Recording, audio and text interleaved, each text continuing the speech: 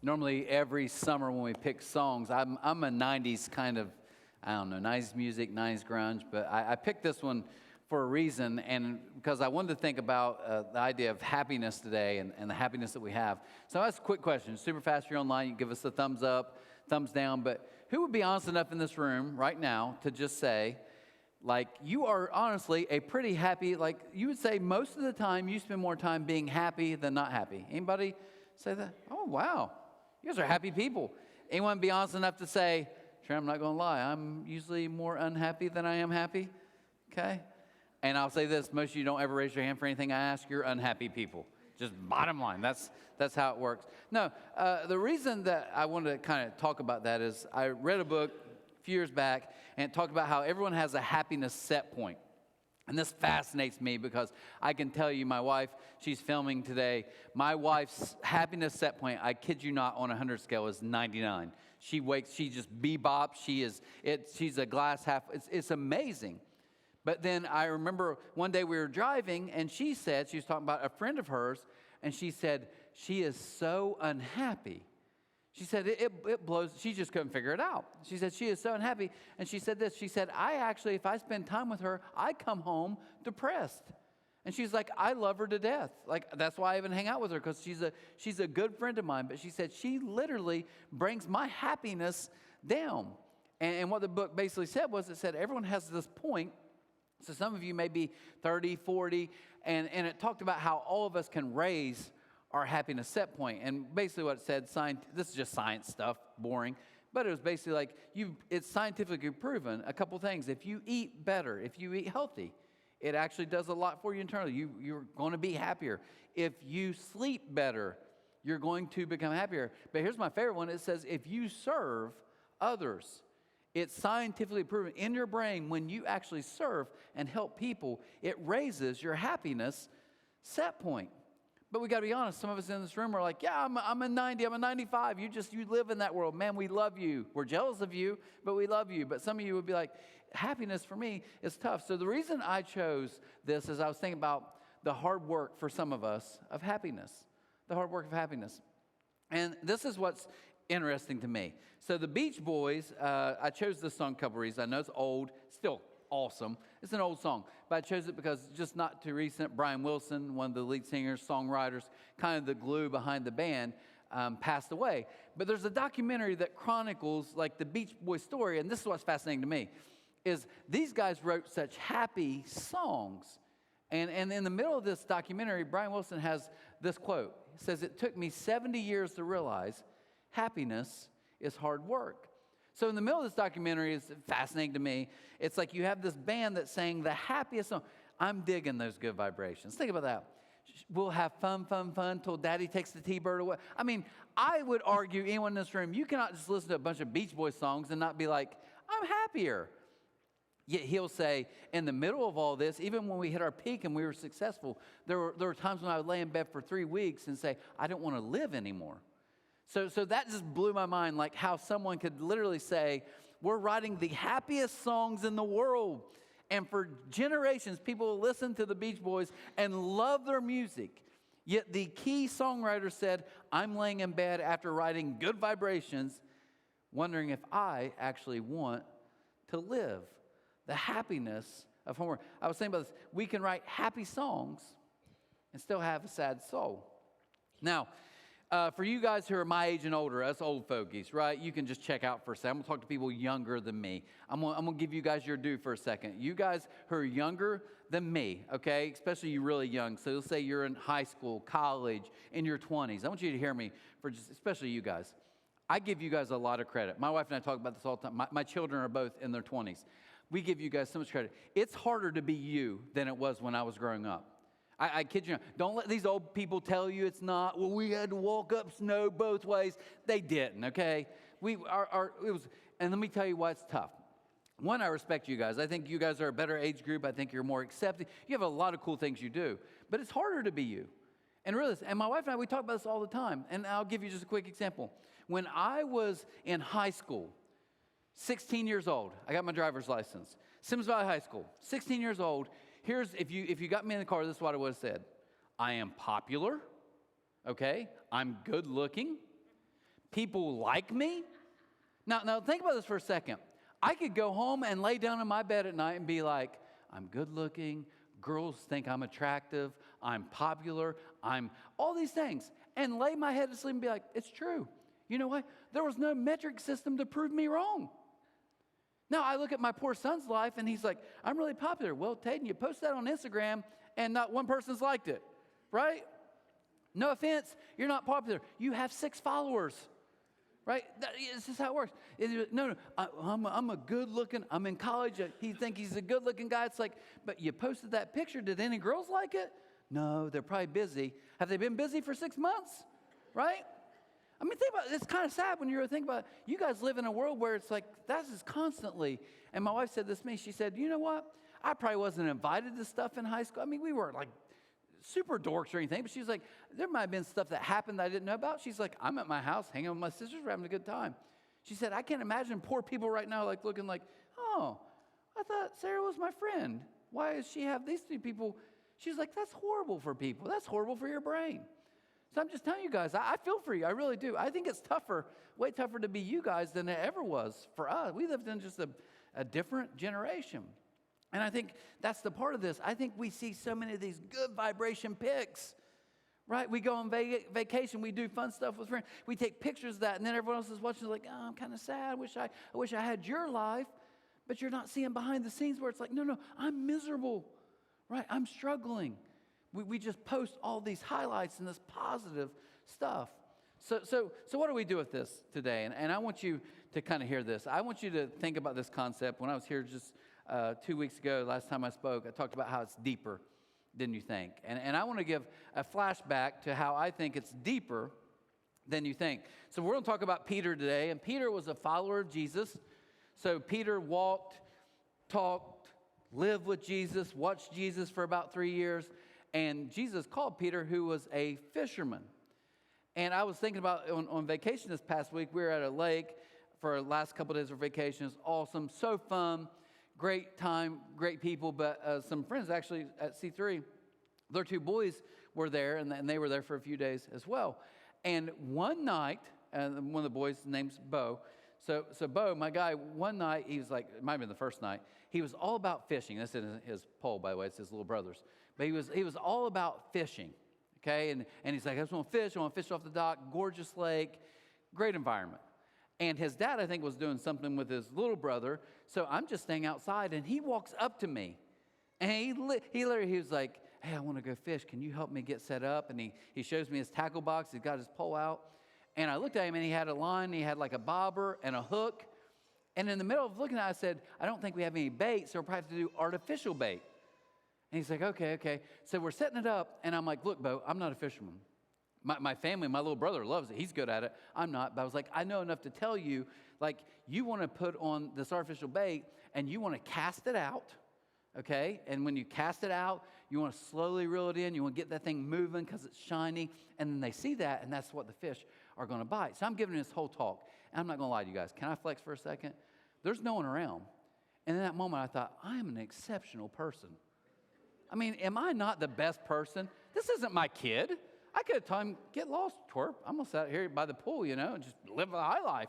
But no, I'm helping this child who's not even my own.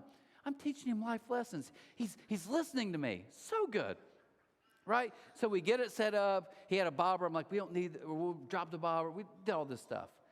So he takes the pole out, and he goes to cast the first time, and something gets caught. No problem. I walk him through it. We're good, right? Uncle Trent has it taken care of. So then he goes to the second time to cast.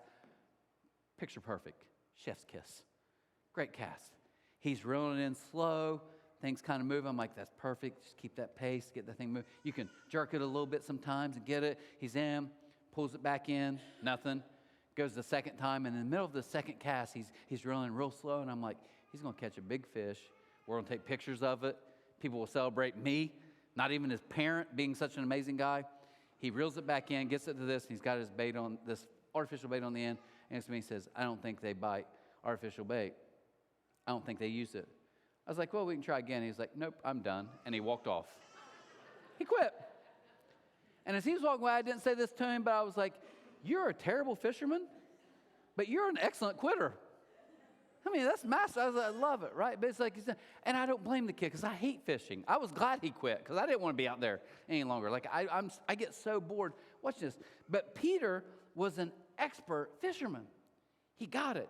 And I'm going to read some verses. He walked with Jesus, like I said, and this is a story of when he was with Jesus. And then years later, he wrote this book before he died.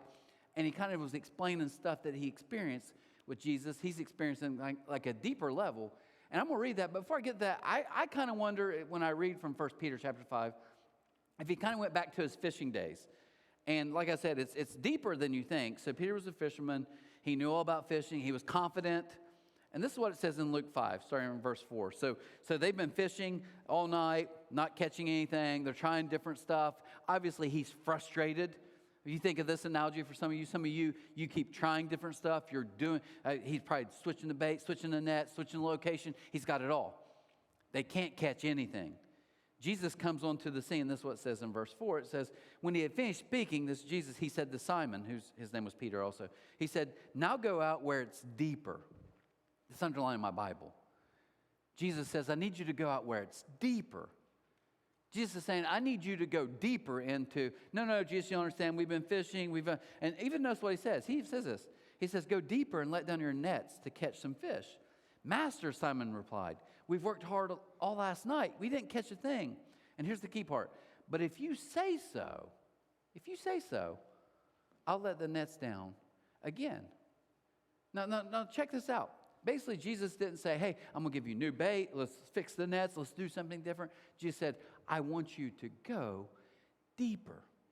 I need you to go deeper than you currently are. See, Peter thought all this fishing was about the nets and the bait, but Jesus doesn't say, I'm going to change the bait and the nets. He said, I just need you to go deeper. Some of you in this room think part of the reason your happiness isn't flowing the way that it should is because of my worry, my anxiety, my depression. I wondered if Jesus would say, but I need you to go deeper than that. I need you to question deeper. What's really the thing behind the thing? Alicia gets so annoyed with me. And by the way, you guys got to give Alicia, our cross-history, major props. I was gone this whole week. She's had to run the whole seafood thing. Killer job. If you see her, tell her, man, she killed the game. So thank for her. But she gets annoyed by me sometimes because someone will make a comment. She'll make a comment, and I'm like, but what's the thing? I told you what the thing is. No. What's the thing behind the thing? You see, because it's deeper than you think. I believe that. It's deeper than what you and I both think. Now, I praise you, young people. I need you for one more second, and then you can zone out too. Young people, listen to me, okay? A lot of the stuff we're all dealing with in life is deeper than you think. But I'm going to help all of you young people out too. You need to hear this. I know I'm contradicting myself. Sometimes it's not deep at all, though. Okay? You need to hear it. Sometimes it's not deep like you're making it so deep. I remember talking to a young guy not too long ago, and he was like, I just think people at work hate me, and it's probably because I'm going to church. I said, dude, they hate you because you don't do your job, and you're making it harder for them, right? And church people do this all the time. They make, and I believe everything's spiritual, but I'm saying sometimes you got to own a little bit. They'll be like, nope, it's just a demon. It's not a demon, it's dumb choices, right? I mean, no, I don't know, God, I don't know why I don't have friends. Well, you're a jerk. I'm just saying there's sometimes I think we can all be like, it's deep, and I don't know what's behind it. It's like, it's pretty simple. Now, Aaron's with his son. They're playing baseball this weekend. Phil is one of our worship leaders. But Aaron did something, and my wife got me off of it. She got me off. I was addicted forever. But Aaron started coming in on Mondays, and he would bring a case of Coke Zero and put it in the fridge back here. And I don't like Diet Coke, but I remember I was drinking one day. I was like, man, Coke Zero is awesome. I love it. It tastes like Coke. And I promise you guys, I remember one day, it's at lunch, and I'm in that back room back there on the computer, and I promise you, I'm this. And I stepped back for a second. I was like, I need to text my wife. My heart is pounding. Something's wrong. I was like, I think I'm having a panic attack. I literally started to pray. I'm in God's house, right? This church. I'm like, God help me. I think I've had anxiety. Might be the devil. And I really think God was like, no, it's Diet Coke. You've had 12 of them, right? No human can withstand 12 Diet Cokes in 2 hours. Now, don't send me the messages about how it's bad for you. I quit it, okay? I quit. I'm clear. Free and clear now. But sometimes it's not that deep. So how do we go how do we go deeper? I want to help you with just two kind of quick, super fast things. First question I want to ask you is this. How drunk is your mind? How drunk is your mind? Now, this I'm getting to the 1 Peter chapter 5, and I want to read through just 3 of these verses. But verse 8 says this. He says, be sober-minded. Now, I wrote that down in my Bible. Be sober-minded. Be watchful. Your adversary, the devil, prowls around like a roaring lion. Did you notice he didn't say he is a lion? We're like, oh, he's a lion. No, he says like one, like a roaring. He roars a lot. He tries to get us to believe lies. And then it says, seeking someone to devour. He wants to ruin you.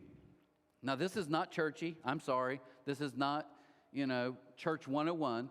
But I'm just going to level with you guys. I had amazing parents, and they, I don't know if they ever really drank, but they had a ton of friends that they would, on the weekends, always go play cards with and do stuff with. And a lot of those people, not all of them, a lot of them would drink several times. So I've grown up and at least been around a lot of people who drink quite a bit. And when you're a kid, no offense, it's amazing. It's amazing because, some of them would be real just hey, how are you, Trent? Good to see you. Good, how are you? Da, da, da. You do that. But, man, after they had about 4 or 5, get in here, Trent. You're the funniest guy I ever met. Well, okay, since you want the show to start, right? And you're saying stuff, and adults are when you're a kid, no adults ever laugh at you. You're stupid. Shut up. Get out of here. I mean, they'd be like, oh, he's so, they're hugging you, right? But here's what I noticed. When people are sober, if you more than anything, you watch people walk. People sober walk. That was a very weird Bigfoot walk for some reason, right? But if you ask me right now this morning, okay, there's a line on this carpet. You guys can't see it. Trent, walk a straight line back and forth. I can do that all day. I can do it backwards. But if you've been like me, if you've been around people who drink quite a bit, when they start drinking, they can't hardly walk, right? When you really drink a lot, I'm talking you really start hitting it, right? You start to stagger. I think it's interesting that he uses this word sober-minded. Why? Because if your mind isn't sober, your steps aren't going to be stable. Think about that. Some of you feel so wobbly in life, and it's because your mind isn't sober. No, Trent, I am a church man. I wouldn't touch the devil's juice. Amen? Okay, get it. Fine. I'm not saying you're drunk on that, but is it possible your mind's drunk on worry, stress, anxiety, control? And because of that, you're just as wobbly. Notice this. Be sober-minded. Be watchful. You need to think about how you think. You do. So I would ask some of you this morning, let's go a little deeper. How drunk is your mind? And then the second one is I want you to see this. What's in the middle of anxiety? What's in the middle of it?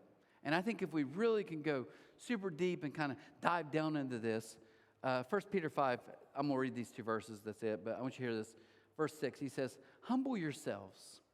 This is such a great little section. Humble yourselves, therefore, under God's mighty hand, that he may lift you up in due time. Humble yourselves. I'm going to teach you guys a trick, a little sociology trick, okay? And this is true for me, it's true for you. I hope when you see me or talk to me, you don't think I'm arrogant. Maybe you do. I apologize if I come across, I really hope I'm not. Maybe I am, and maybe everyone should tell me that. But I'll say this, the people I've been around who are super arrogant in an area, as I've gotten older, I've realized that's because they're very insecure. You see, I've learned the most arrogant people are the ones who are most insecure because they're walking around trying to prove something all the time, and they have to keep their guard up, and they can't let you know, I struggle with stuff or something could go bad. Why? Because I don't need you to know my weakness. Oh, I would freak out if people knew, if they knew this or they knew that. So what happens is people who seem arrogant and together and gorgeous and everything's perfect, when you get to know those people, at least in my experience, I realize they are very insecure. Now, I've met a few humble people in my life. I think of my grandmother who passed away. To me, she was one of the most incredibly humble people I've ever known. And when you really get to know her, you realize she's humble more than anything because she's so secure. She don't have to prove anything. She loved unconditionally. She loved people. She's one of the most amazing people I've ever met. And all the other people I can think of who are incredibly humble, you know why they're humble? Because they're secure. That they get what we're about to read about. But anyways, he says, humble yourselves, therefore, under God's mighty hand, that he may lift you up in due time. Now, I think this is interesting because verse 7 is the verse many of you may know. People probably get it tattooed on them because it's great. It's great words. But I think sometimes we leave 6 out because I think here's kind of the preface to this. Notice what he says, humble yourselves, therefore under God's might. Whose hand? My mighty hand? Your mighty hand? People watching online's mighty hand? Well, Trent, you don't know what I do. I don't care what you do. I'm telling you, we don't have mighty hands. He says, I need you to realize it's my mighty hand. Not you, not me, my mighty hand. So I was thinking about that when we really kind of get down, and listen to me, please don't misquote me. I know there's chemical imbalances. I know there's medical. I know there's biological. I've read about all that stuff, just like you have. So do it. Help do those things that help you function and get, I don't mean that. But what if we could go a little bit deeper and think about what's in the middle of our anxiety? Now, I put anxiety on the screen, okay? That's the word anxiety. Now, I got thinking about this. If you really think about the middle of it, what is it? I, me, you.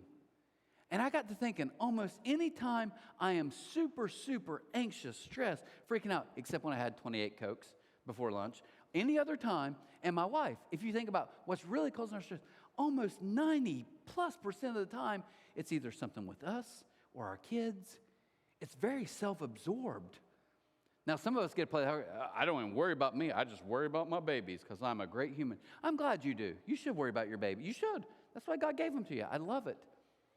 But I don't know too many people who are just like out there smoking a cigarette, sweating. What's going on? It's my neighbor. He might lose his job. I can't sleep at night. You don't care about your neighbor. Like, good luck, whatever. Didn't like that your dog took a dump all the time anyways. I'm glad you're leaving. You know, it's anxiety. It's about me. It's about you. And what I've learned is when we can get so self-absorbed in ourselves, anxiety, all these things probably are going to escalate. That's why we go back to 6. What did he say? He said, I need you to humble yourselves. Humble yourselves. Realize you're not in control. I hate that. I hate not knowing that I can't control certain things. But he says, no, I need you to humble yourself under whose mighty hand? God's. And this is the baller verse 7. He says, so what do? Cast all your anxiety on him because he cares for you. Now, we may do a lot of things wrong here at C3. Matter of fact, I know we do. I'm behind the scenes. If you guys ever want a list of all the wrong things we do, call me. I'll share them all with you. We're trying. We're human, just like you. But I'll say this. I hope if we don't ever get this wrong, I don't want you ever to leave here and not realize the key part of this. Peter's like, I've walked with Jesus. I'm the one who made the statement that Jesus was literally God in the flesh. I said it to his face. So when I realized what it was like to be with God, you know what I learned more than anything else? How deeply he cares for us. So what we learned was in the moments when we're freaking out and we're anxious and we're worried, we realized a couple things. One, he's more powerful than you'll ever know. But we learned something else. We learned he cares so much about us. It was unbelievable. So I hope if we do anything right or wrong here, more than the seafood boil, more than anything else, you walk around here, you hear this. He cares for you. Sometimes I'll have moms come to me and they're freaking out about their kids, you know, and dads do it too, but especially moms. And I try to calm them down for a second. I say, I know you don't believe this, but do you realize God cares so much more about your kid than you ever could? Most parents, when you hear that, you're like, yeah, at face value. But when you dig deep, you're like, there's no way someone could care about my kid the way I do. And God's like, it's light years away from you. And that's the same way he cares for you. Cast all your anxiety on him. So if we're going to close today, here's what we would do. We'd be like, okay, so, you know, just like a good fisherman, we're going to cast our care. That's what we're going to do. Cool, right? But I was thinking about in real life, what do we honestly do? I'll tell you what I do, and here's where I struggle. Because I'm all about, I'm just going to cast. That's the worry about my kids, and they're switching schools, and I'm freaking out about, you know, the social stuff. And so I'm going to cast it. God, I'm going to give it to you. I'm going to do that today like all of you on Sunday morning. But you know what happens Monday morning? I'm reeling that baby right back in, right? I'm bringing it right back to me. And that's what some of us do. We have a situation going, and we pray about it. And this is our prayer. We're like, God, I give it to you. 100%, it's yours. I'm casting. See, Peter was a fisherman, so he did that. He's like, I'm casting my cares on you. And here's what I do. All you, God. I wait about 8 seconds. Okay, you're not doing it fast enough. I'll do it. I'll get it back. It's me. Get back here. and I bring it back to myself. See, Peter didn't say, I need you to cast and reel it back in.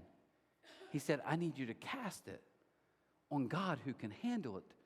Because that I in the middle of anxiety that we're all talking about, the I of anxiety, hear this out, hear me, okay?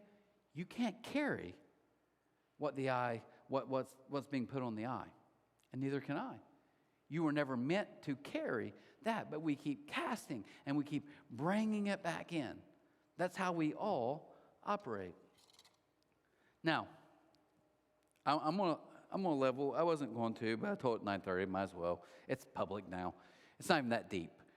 But honestly, I remember being in junior high, and don't email me. This isn't like that, but I can tell you from my wife, she really, other than probably worrying about her kids, she is very happy almost all the time.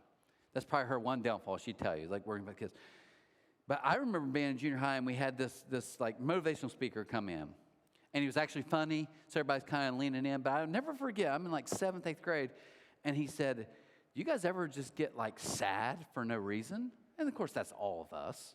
But he kind of went deeper than that. And he was like, like, you find like almost like for days, you almost can't like snap out of it.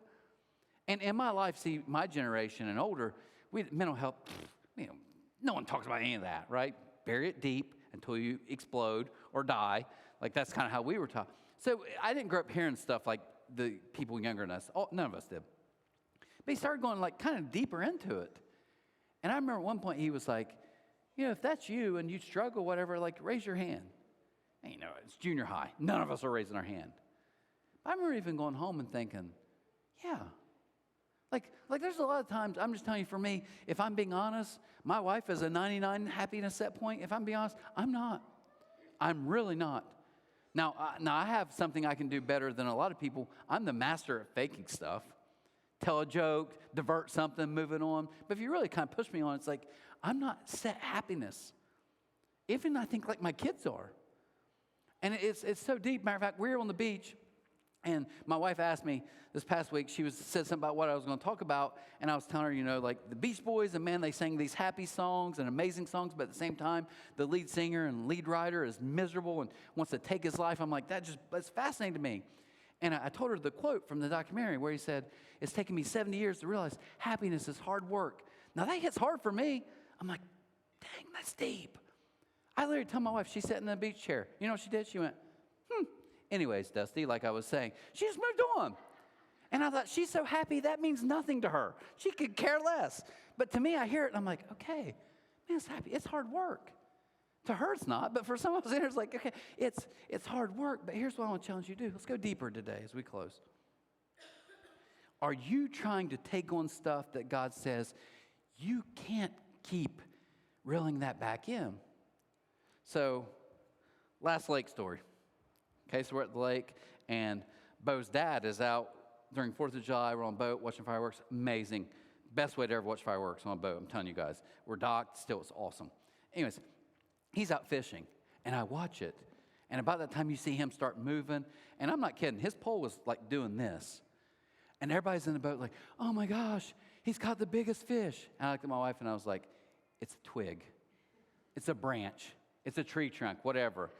And he's out there a while, and I knew how it was going to play out. Everybody else just keeps talking about it. I'm like, I was watching fireworks. I know it's going to play out. Sure enough, he comes back over there. Oh, my gosh, man, broke my line. Probably could have been a shark. Could have been a whale. He said that. I'm like, this is where it got me. He didn't say that, but he did this. He said, I saw it. It was like silvery and gray. I was like, you saw it, did you? Really? So here's what happened, dude. You threw your line out there. You got it caught on some tree trunk under the water. You fought for it for 2 hours when the rest of us should have just came in and chilled. And then you broke your line finally because it's not going to move. But here, I can tell you, growing up fishing, to tell you what happens a lot. You fish and you catch stuff. You catch twigs. You catch a bunch of stuff you don't want to catch. Why am I telling you that? I'm telling you guys, if you spend your life reeling back in, what happens is you start accumulating stuff that you never wanted in the first place. And this actually becomes worse because now you're not just casting, you're reeling back in and you're gathering new stuff, more things to be worried about. So what's the advice today from Peter, someone who walked with Jesus for 3 years? He says, guys, I think if we point him up right now, he'd say, because this is what he wrote. He's like, listen to me. if you can learn to humble yourselves, if we, all of us in this room, watching online, can learn to realize that life isn't just about me. And if you can realize that there's a God who not only loves you more than you could ever imagine, but there's a God who he literally is more powerful than you could ever imagine. If you can get this, okay? If you can get, you don't have to prove yourself all the time. You don't have to fix everything. Then what you can do is you can take your concerns and literally cast them on someone who cares way more about them than you ever would. We have, as we get ready to pray, and I want you to think about this concept. We have a friend who's a good friend of my wife and I, who's going through some medical stuff right now. And there's some unknown, and she's kind of freaking out about it. So I thought I would be like Pastor Trent. So I sent her like a true prayer. Took time to do it, very heartfelt. And I sent it to her, and she's like, thank you so much. She's stressed. She's worried about what the outcome could be. And I told her this, and I want you to hear this today. I said, I just want you to know, nothing else.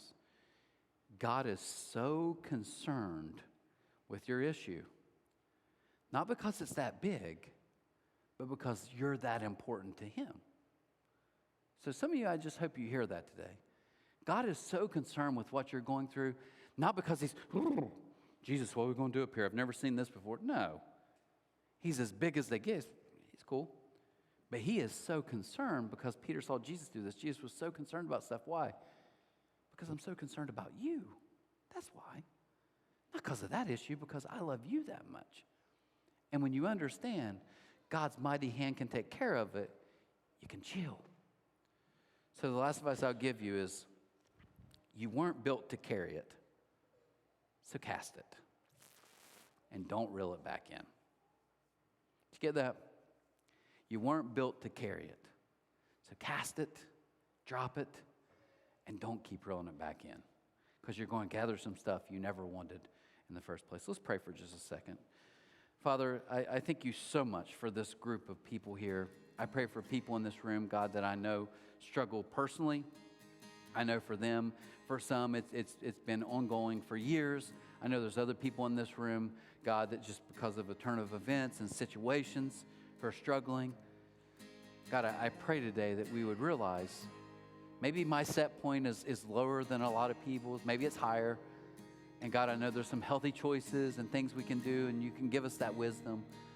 But I pray today that we go a little deeper than that. And maybe realize that the root of a lot of my stress is me. That I need to handle it. That I need to be in control. That I need to make sure people see the certain me they need to see. God, I pray today that I could have the security that we have in you.